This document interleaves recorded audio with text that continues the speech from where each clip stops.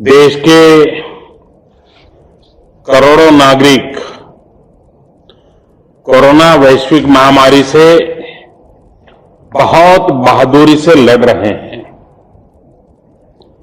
आज जिन hi-tech state of the art testing facility का लॉन्च हुआ है, उससे पश्चिम बंगाल, महाराष्ट्र और उत्तर प्रदेश को कोरोना के खिलाफ लड़ाई में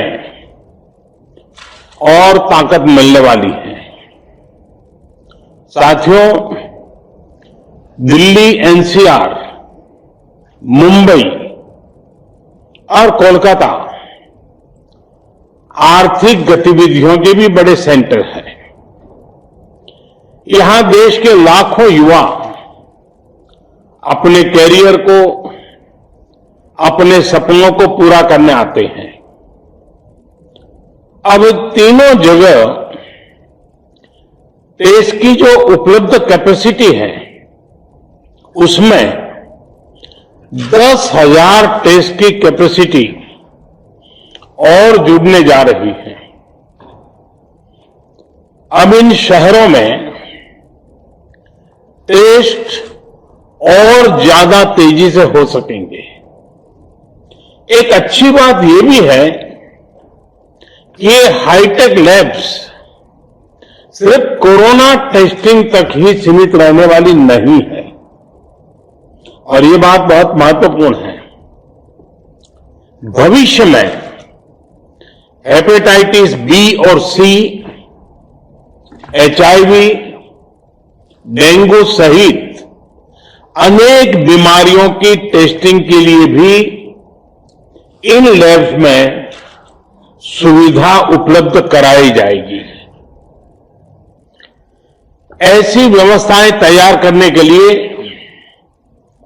Indian council of medical research, ICMR, और उससे जुड़े दूसरी संस्थाओं से सभी साथियों को भी मैं बहुत बहुत बधाई देता हूं।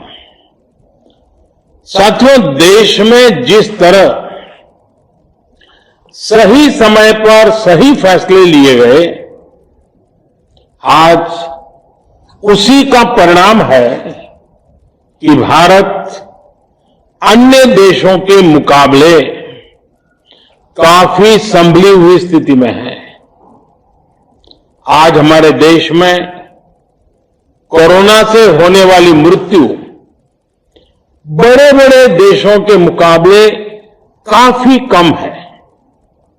वहीं हमारे यहां रिकवरी रेट अन्य देशों के मुकाबले बहुत ज्यादा है और दिनों दिन सुधार भी हो रहा है।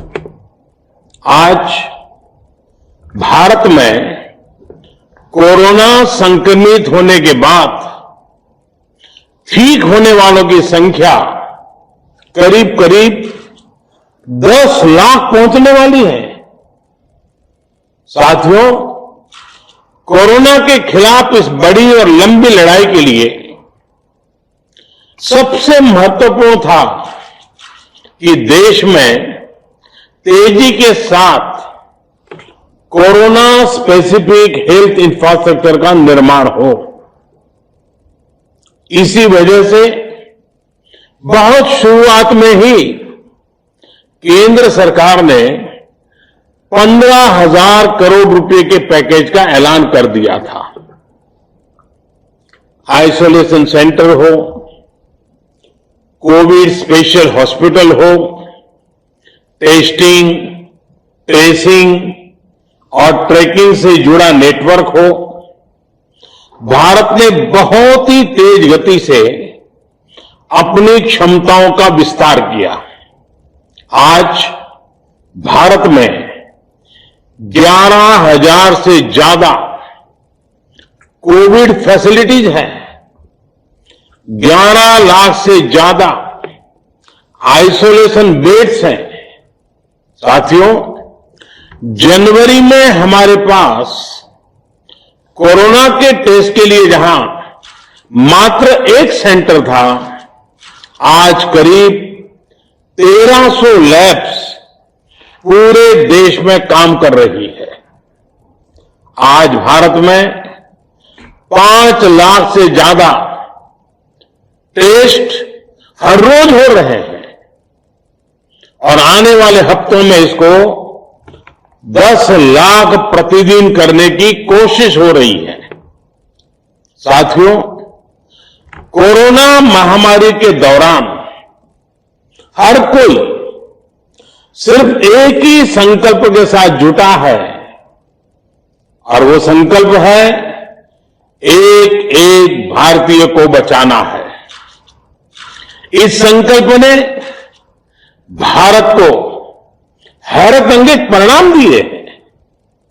विशेषकर पीपीई, मास्क और टेस्ट किट्स को लेकर भारत ने जो किया वो सचमुच में ये एक बहुत बड़ी सक्सेस स्टोरी है।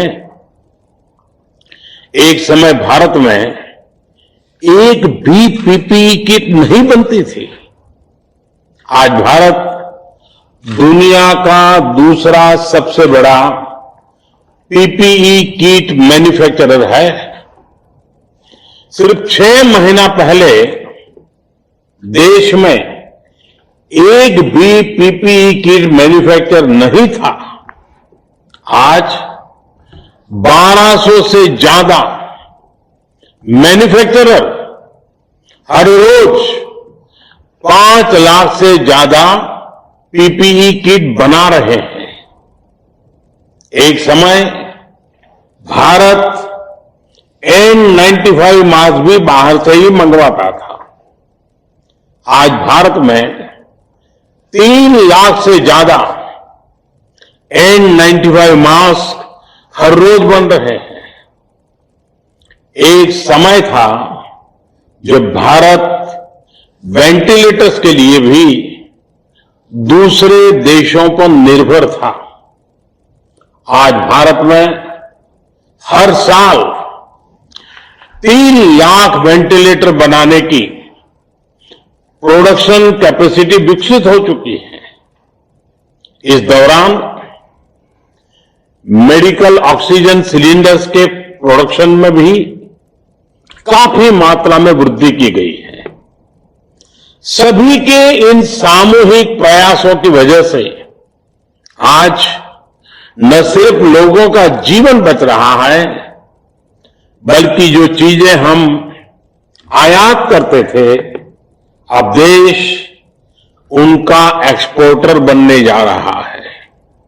साथियों, इतने कम समय में इतना बड़ा फिजिकल इंफ्रास्ट्रक्चर खड़ा करना कितनी बड़ी चुनौती रही है, इससे भी आप भली भांति परिचित है। एक और बड़ा चैलेंज था कोरोना के खिलाफ लड़ाई के लिए देश में ह्यूमन रिसोर्स को तैयार करना। जितने कम समय में हमारे पैरामेडिक्स, आशा वर्कर्स, एएनएम, आंगनवाड़ी और दूसरे हेल्थ और सिविल वर्कर्स को ट्रेन किया गया, वो भी अभूतपूर्व है। आज अगर भारत की कोरोना से लड़ाई को देखकर दुनिया अचंभित है, बड़ी बड़ी आशंकाएं गलत साबित हो रही हैं, तो उसका एक बड़ा कारण हमारे ये फुट सोल्जर भी है। साथियों, कोरोना के खिलाफ लड़ाई में आज हम उस स्थिति पर आ पहुंच चुके हैं जहां हमारे पास जागरूकता की कमी नहीं है। साइंटिफिक डेटा का विस्तार हो रहा है, संसाधन भी बढ़ रहे हैं। अब हमें राज्य के स्तर पर, जिला, ब्लॉक और गांव के स्तर पर डिमांड और सप्लाई के मैनेजमेंट को और चुस्त दुरुस्त करना है, मजबूत करना है।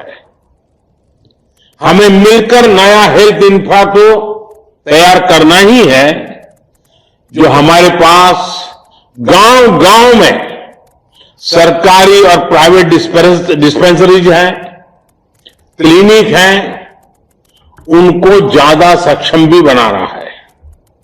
ये हमें इसलिए भी करना है ताकि हमारे गांवों में कोरोना से लड़ाई कमजोर न पड़े। अभी तक गांवों ने इसमें बहुत अच्छा प्रदर्शन किया है और इसके साथ ही हमें इस बात का ध्यान रखना है कि हमारे कोरोना योद्धा किसी तरह की थकान का शिकार न हो। हमें नए और रिटायर्ड जो भी प्रोफेशनल्स इस सेवा के लिए आगे आना चाहते हैं, ऐसे प्रोफेशनल्स को हेल्थ सिस्टम से जोड़ने के लिए भी लगातार काम करना होगा। साथियों, आने वाले समय में बहुत सारे त्योहार आने वाले हैं। हमारे उत्सव उल्लास का कारण बने, लोगों में संक्रमण न फैले, इसके लिए हमें हर सावधानी रखनी है। हमें ये भी देखते रहना होगा कि उत्सव के इस समय में गरीब परिवारों को परेशानी ना हो। प्रधानमंत्री गरीब कल्याण अन्न योजना का लाभ हर गरीब परिवार तक समय पर पहुंचे, हमें ये भी सुनिश्चित करना है। साथियों, हमारे देश के टैलेंटेड वैज्ञानिक कोरोना वैक्सीन के लिए तेजी से काम कर रहे हैं, लेकिन जब तक कोई प्रभावी दवा या वैक्सीन नहीं बनती, तब तक मास्क, 2 गज की दूरी, हैंड सैनिटाइजेशन की हमारा एकमात्र विकल्प है, एक प्रकार से एकमात्र हथियार है। हमें खुद भी बचना है और घर में छोटी बड़ी आयु के सभी परिजनों को भी बचाना है। मुझे विश्वास है कि कोरोना के खिलाफ लड़ाई हम सभी मिलकर लड़ेंगे भी और जीतेंगे भी। एक बार फिर इन हाईटेक सुविधाओं के लिए बहुत बहुत बधाई देता हूं। आप सबका भी हृदय से बहुत बहुत आभार व्यक्त करता हूं।